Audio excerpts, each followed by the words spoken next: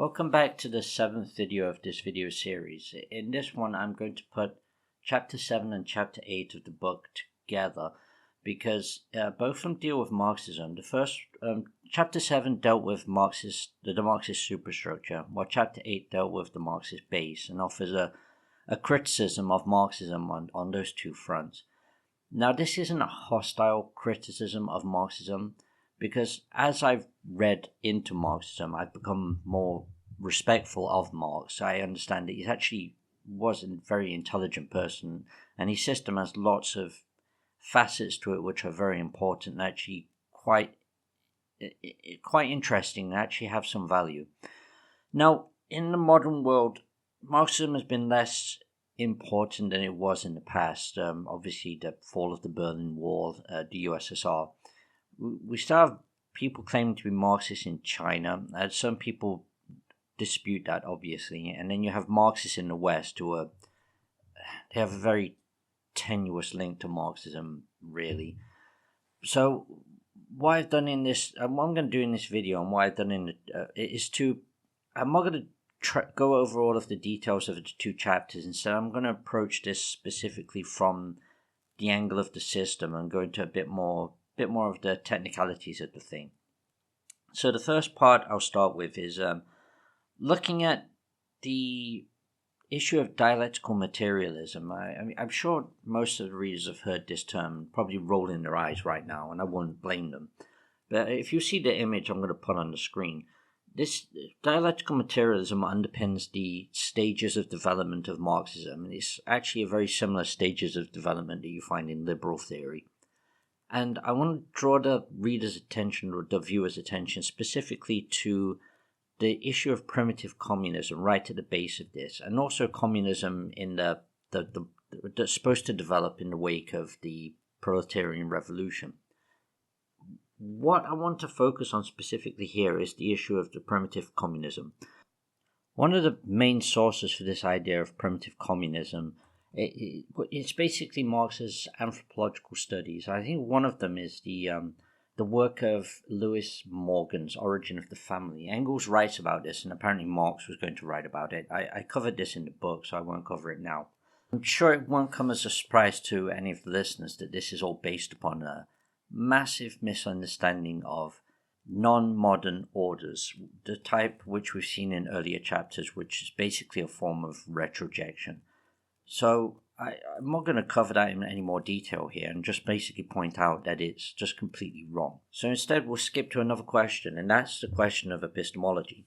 Because at the basis of the Marxist system is the idea that the modes of production of these different orders and different people, which makes their class, this informs the understanding of the world around them that these people have. Now, the problem with the Marxist system is that with this primitive communism, they specifically said that there's no division of labor at this point, so there's no classes. This is a major problem. This is a problem which was latched on to by many people in the 20th century, which led to things like Nazism, Sorel, all of that, what some people called heterodox Marxisms. Because if the entire Marxist system is predicated on class being the base, just modes of production being the base, which then inform everything that the rest of the order thinks and how it organizes. But you've just said that prior to the division of labor with primitive communism, people existed in a world in which there was no class, then you've kind of shot yourself in the foot from a technical perspective. And that's what a lot of different thinkers latched onto, and they realized that didn't make much sense. The only way you could sort of salvage that, and something which Marx and Engels didn't do because they didn't seem to realize this was a problem, would be to try to claim that there was still some sort of class and that this primitive communism itself was a collective mode of production or something like that. But that's not really my problem. That's a problem for Marxists, if they still exist anywhere. Now, given that the Marx and Engels and Marxists generally, they failed to explain this state and how people were existing prior to classes how it was organized prior to classes, then, as I said, different systems of thought, different thinkers went off with that and decided that, well, actually, in that case, you could put something else as the base. Either it could be race, or it could be, again, Judaism, or something like that. And then I think you can kind of see similar in some of the modern, kind of modern political theories, which you see around people like Alexander Dugin, where they seem to be trying to put geopolitical positions as the base. So you have this Atlanticism versus land-based orders, and it's just a recapitulation of this Marxist system, really. Which, I mean, as far as it goes, it's not too bad, but there's some major problems with it, and that's one of the things which the fascists and Sora as well noticed, that there's another issue with this Marxist system. And if you look at this base superstructure model, then you can see there's something really wrong here, which has not been resolved. And I'll put this on the picture as well, so you can see this, because the base, which is supposed to be the means of production, is supposed to inform the superstructure, which is all of the ways that people are thinking, acting, cultures, all of that stuff. Now, there's a major problem. The base is supposed to inform this superstructure, but there's a very simple question you can ask, which Marxists have never been able to ask, and that is, how? And that's a question which Sorel raised, and which many heterodox Marxists in the 20th century raised, which leads you to fascism and that type of thing. Because it's one thing to say that your mode of production informs your worldview and how you act, and it sort of frames your epistemology. But it's a completely different thing to actually give a mechanism by which that happens. And if you look through Marxist accounts, Marxist theorists, they've never done that. They haven't been able to do that. And if you just wander over to Wikipedia on this point as well, you can see it's still not been established. And because this mechanism is very simplistic, what they've done is they tried to say that, well, actually the superstructure also comes back onto the base and informs that. So it's kind of like a circular and then a zigzag pattern as it goes through time. But again, they haven't explained how any of that works. Like, I would like a very fine-grained mechanism by which that can be explained, and they just don't do that. I just want to reiterate here that this isn't a hostile criticism of Marxism. Because I actually think the system has a lot of value, and it's actually quite correct in many ways, but it hasn't been developed, or it hasn't been improved upon in any particular way since Marx and Engels, really. The only ones that actually improved upon it and actually took it in interesting directions were people like the fascists. In the modern period, Marxism has been largely discredited because supposedly liberalism has proved itself to be superior to it, which brings us to Fukuyama, who I'm not going to deal with here. I'll go into detail with him later. But if you look at them from a theoretical angle and look into the details, that's not really what's happened, and that's not really the real story that's happening here. Because liberalism, theoretically, is massively inferior to Marxism, especially from the epistemological angle, because liberalism at base is still, as I've stated in previous chapters in this work, is just the state of nature model, just trundling along like a zombie form. It just doesn't give you any ability to actually model things in any real way. It just starts with this individual who's supposed to be this weird black box, and then it just sort of throws a bunch of just so stories at you to just explain what's happening, which doesn't actually explain anything. And that's something we'll see in the next chapter when we look at revolutions, and we actually put I don't think it's the next chapter, it might be a chapter after, where we put the Juvenalian model of this work, liberal models and Marxist models, against revolutions to see which one explains them the best. And there's very obvious hierarchy. Juvenalian model explains them very well. Marxism explains them in a very not a great way, but I mean, it kind of offers some explanation, but then it fails drastically on other questions. And whereas liberalism is just completely hopeless. It's utterly hopeless. In fact, it's worse than hopeless. It actually makes things more difficult to understand. And I think one of the reasons for that is I think that's kind of sort of its purpose to a degree. It's not really there to help us understand anything. It's there to actually disrupt our ability to understand things. And once you look at this through the Juvenalian model, then this kind of becomes quite clear, because it's the centralization of authority and power which is doing this, and it's pumping out this series of nonsensical narratives which just kind of cover up what's actually happening. So then we're back to this question with the base and superstructure then. How does the base create the superstructure? And again, Marxists don't explain this, and they can't explain this, which when you feed that back into dialectical materialism raises some really strange questions. Like, for example, when we get to the post-revolution communist proletarian society that we're supposed to develop, how is that supposed to organize and function? Marxists just say, oh, because they're all the same class, then they're all going to think the same things, they're all going to have the same culture, and they're all going to have the same superstructure. And then once you're at that point, then we don't need the state anymore. And this is something which has confused a lot of people. If you go back to dialectical materialism, it becomes quite clear. Because if you go back to the very start of primitive communism, where there's supposedly no class, which doesn't make sense within the model, but we'll skip that again. And we go straight to the points when we have classes developing. According to the Marxist model, what happens with these classes is the classes then develop the state as a means to oppress the other classes. So what happens at the last stage, the proletarian revolution, is that if everybody is the same class, then that unified class then doesn't need the state to oppress any other classes, at which point the state will wither away. Now, within those parameters, that kind of makes sense. But that's, again, only within those parameters. And at this point, we still haven't established how the superstructure, how the culture and all of that, and how the organizational principles of anything is going to happen from that means of production. Like, how does it work? They just haven't explained it. Now, if you go back to the primitive communism and look at how they work, as I said in the previous chapters, we've already seen that this is based upon a misunderstanding of the state of nature, because Marx and other Marxists, they're looking at these people in the primitive communist state as being like economic agents who are sort of responding to economic incentives. Now, in the book, I made a criticism of this. I'm not going to go over it in this video because I don't think it's worthwhile.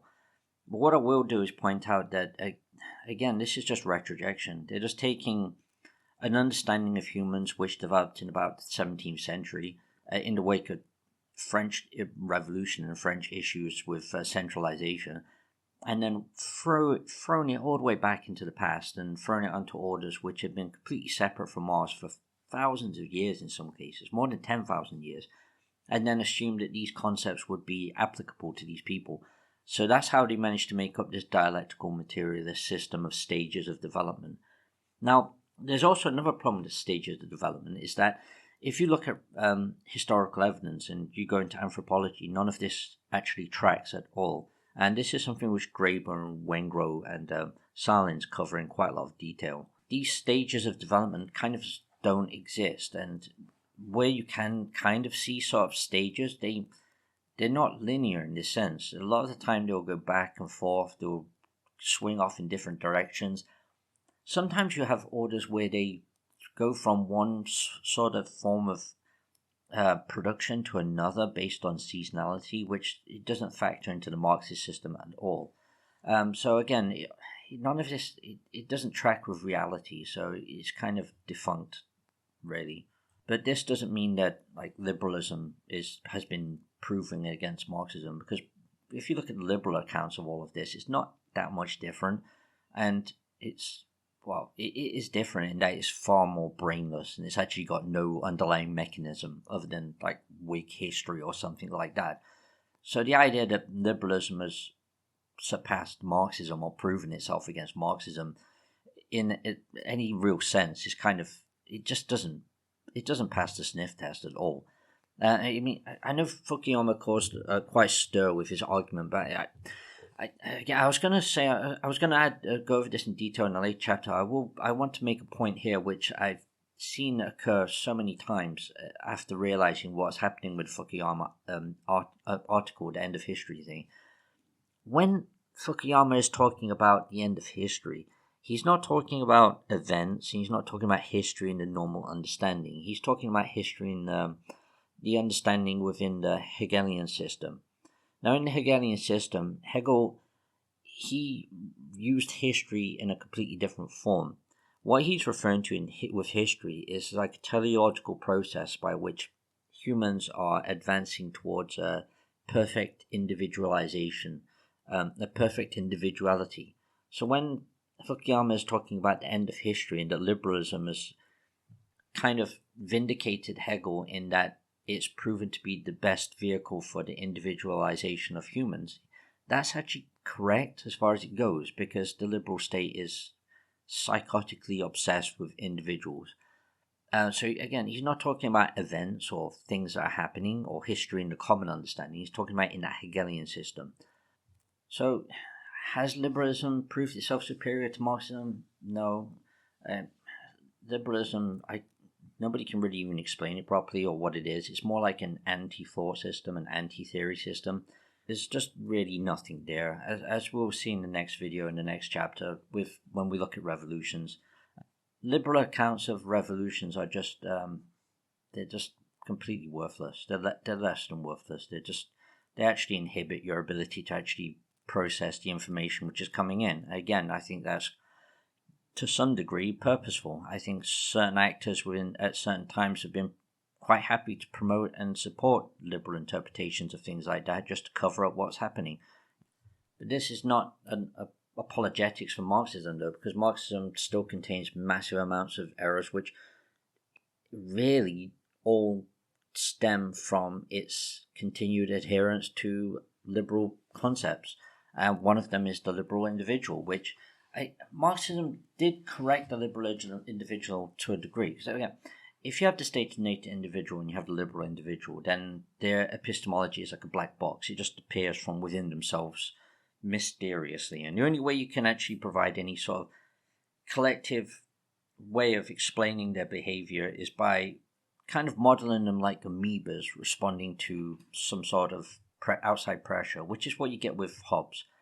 You have these like completely separate solipsistic individuals, and the only way you can explain their collective behavior is by giving them some sort of collective stimuli which you can then model a collective response against. So he uses fear, then they're all scared of each other, and that creates a collective response. It's complete nonsense, it's complete trash, but that's the only way you can get from these separate individuals to some sort of collective response. Again, just treating people like amoebas.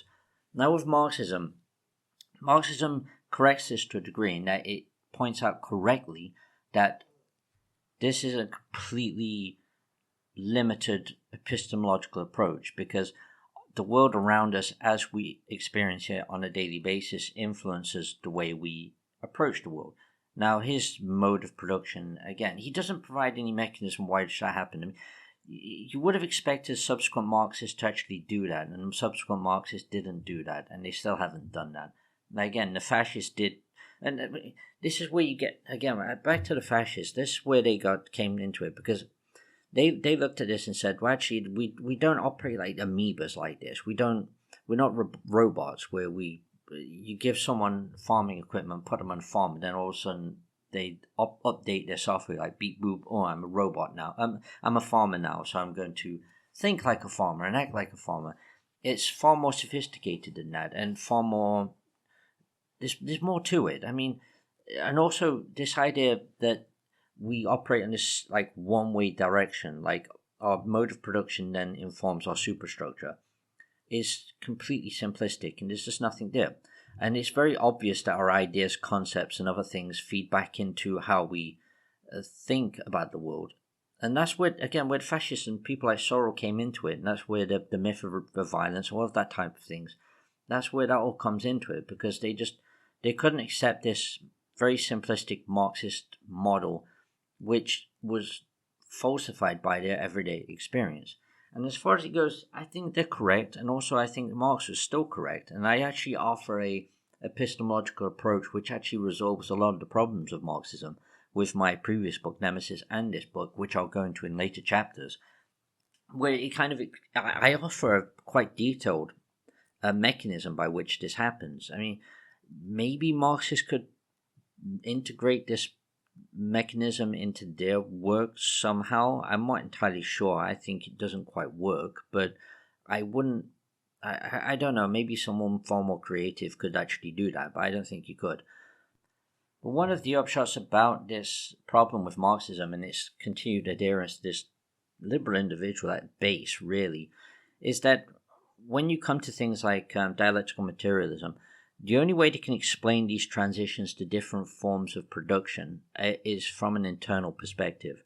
They have to constantly present these classes as operating as kind of like internal organisms. That all of the epistemology and all of the actions, all the directions are coming from these individuals internally.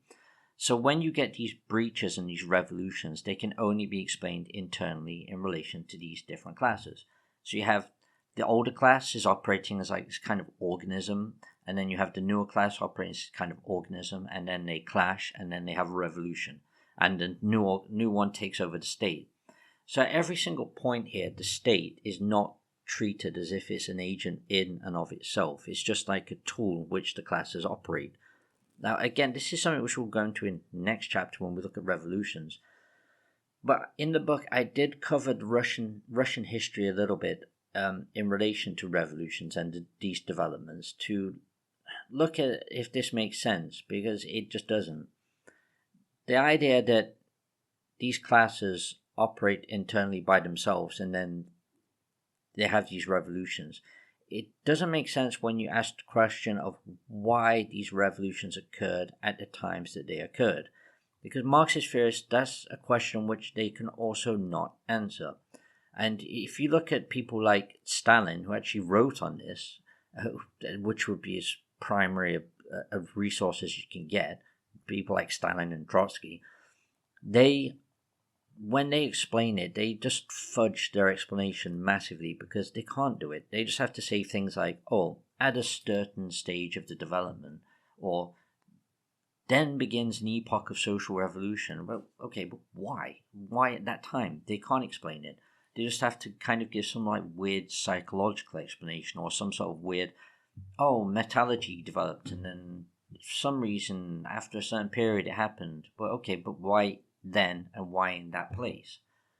Whereas if you flip the question and you look at the state instead, and you look at the geopolitical position, you look at the position of the conflicts occurring between the different parts of the authority structures, then you suddenly get a very clear explanation of why these revolutions and developments are happening at the times that they're happening.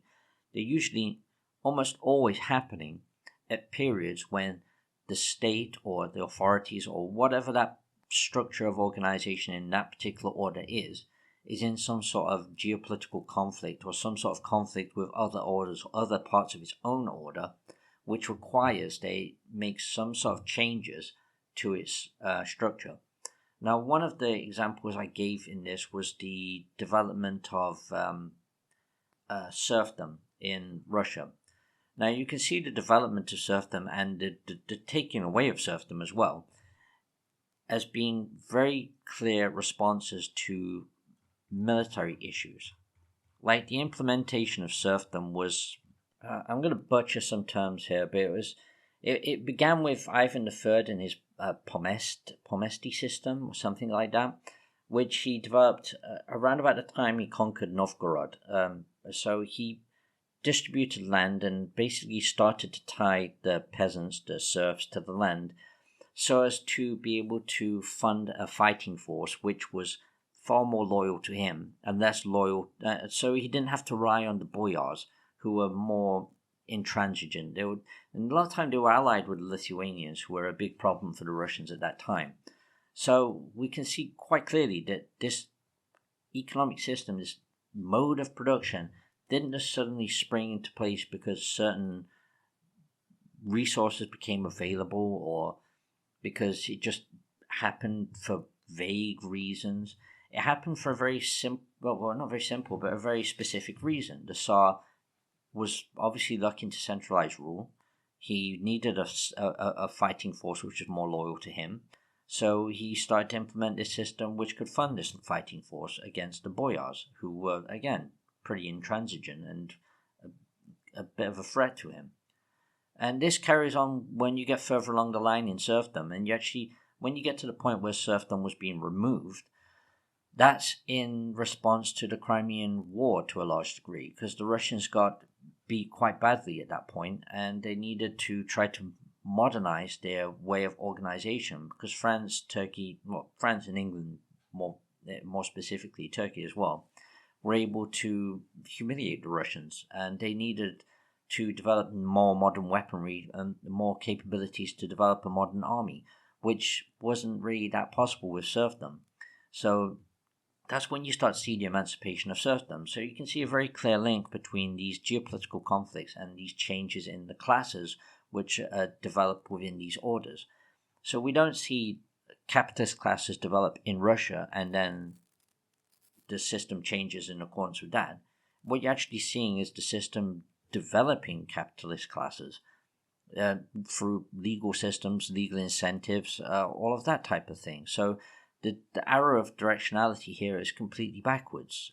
It's coming from the state, or whoever's in the position of authority is developing these classes, which is a really big problem for Marxism, because the whole of Marxism is premised on class first, then the state coming after. But again, that just doesn't make any sense, and it doesn't track with history.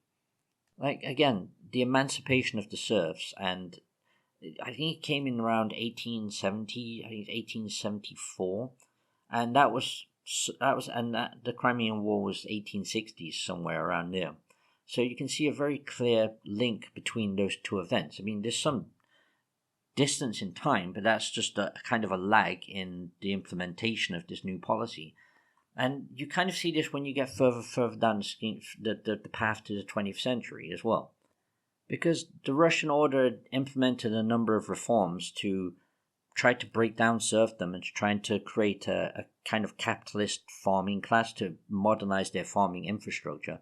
But this had not been done very well, and it created quite a bit of a mess. So when you get to the Russian-Japanese War, the Russians are still desperately trying to modernize their system and trying to centralize the system and change this older form of agriculture, one which it had implemented in the first place.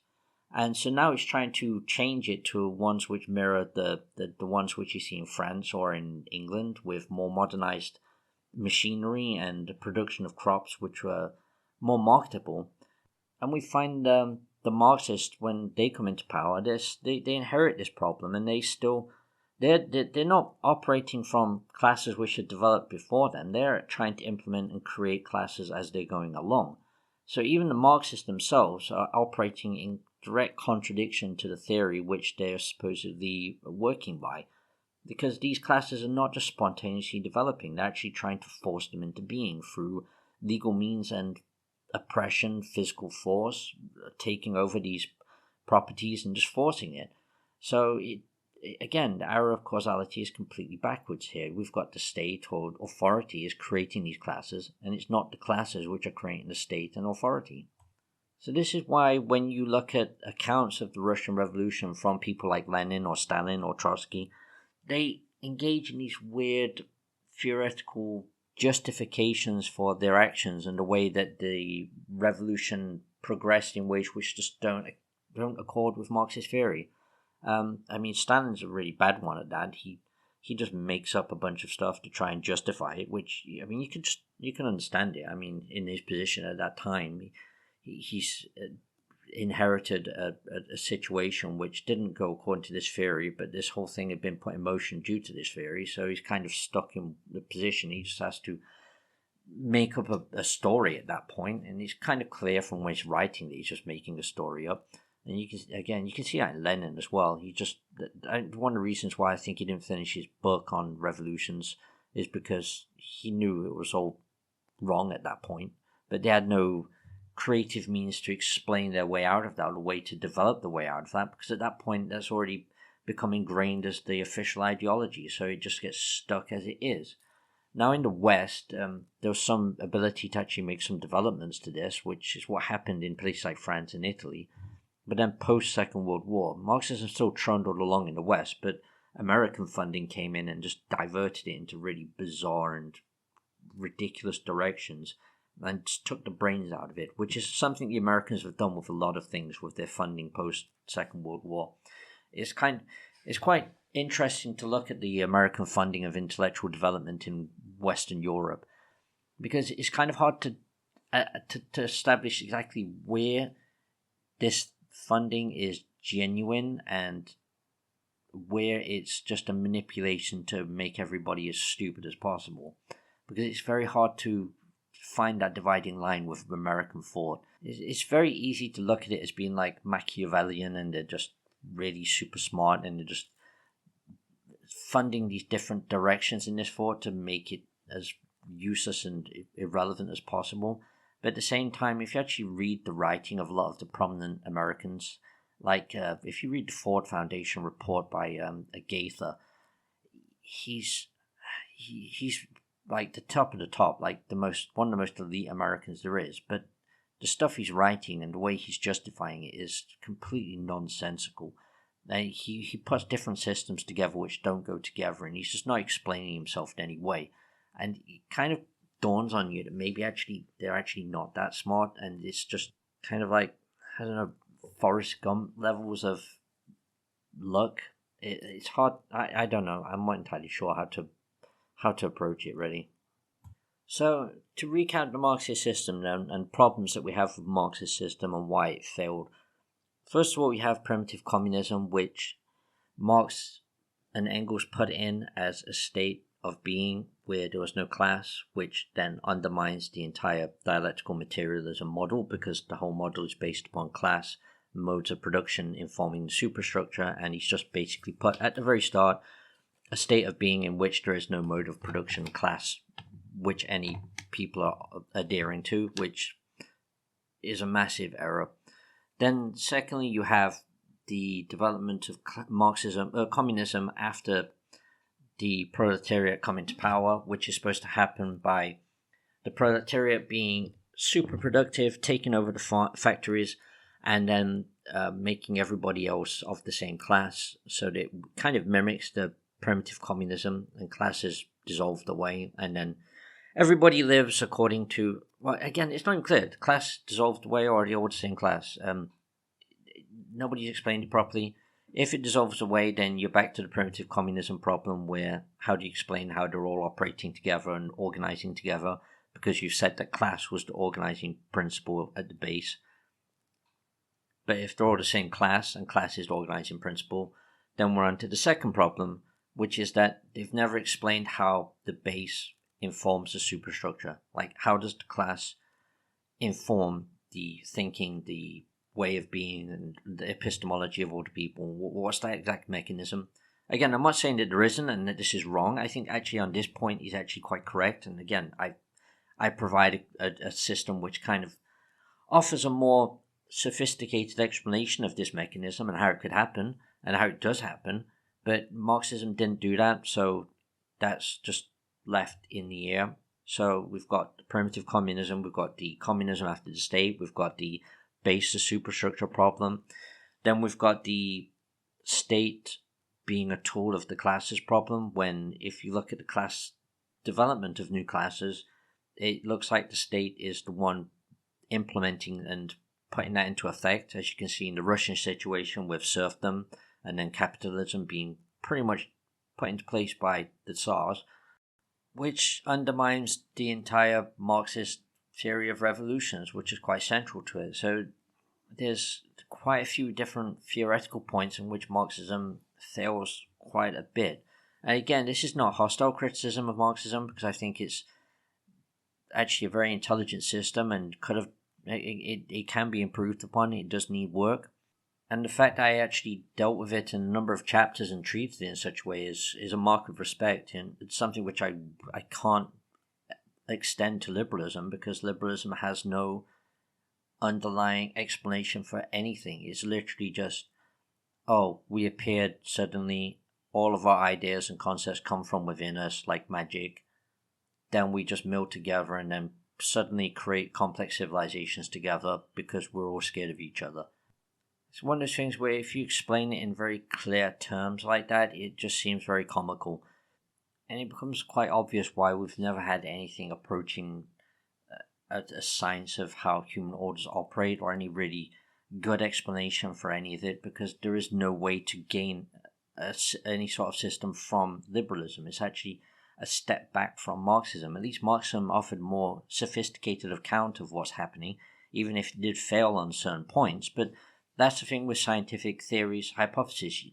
They do fail on certain points, and then you're supposed to develop them to improve upon why did it fail at those specific points, which is not which is something which didn't happen. Is a major problem with political ideas, because unlike with the sciences, you end up with political issues impeding upon these political theories, which then mutilate them or stop them in their tracks, and which is something we will get to in a later chapter when we look at the possibility of there being any sort of science of human orders, and how this is impacted by issues of authority and political conflict, basically. And we'll see that, yeah, it has a massive effect. You could argue that one of the reasons why science in areas like physics, chemistry, biology, one of the reasons why they've been so successful and able to actually develop and advance as they have done, is that they've been able to avoid being drawn into political issues, while at the same time being specifically protected by authorities because of the benefits that they supply to those authorities. Now, this balance between the benefits and the threat which they pose to these political authorities is going to be different for different areas of science. And this is something you see, again, we'll go into this in detail later. This is something you actually see in the case of the USSR, because as you can see with dialectical materialism, it depends upon the idea that what comes first is material facts, like the mode of production, and then secondary is the realm of ideas, thinking. So you have base superstructure. Now, the major problem that the Russians had was that in the 20th century, new conceptions of physics were developing which didn't fit this very well at all. And Marxist theorists were very upset by that. It actually started to point towards the Marxist system underpinning the USSR as being wrong, which obviously triggered some responses from theorists over there. So, as I'll point out in a later chapter, you actually got a situation where the Russians came very close to throwing their physicists in gulags and killing them all because of what they saw as the idealism of modern physics. Because this explains one of the reasons why the Marxists were so up in arms against idealism at that time, because they saw the fascists in Western Europe as being idealists, because they were, and the Italian fascists like Gentili were idealists. So you have this situation where if you track that to our modern orders, then you have to look at what sciences and which particular ideas might touch upon issues of authority in our modern orders, which, again, we'll get to a later chapter, as we don't want to get ahead of ourselves. I think I'll leave it there for this chapter.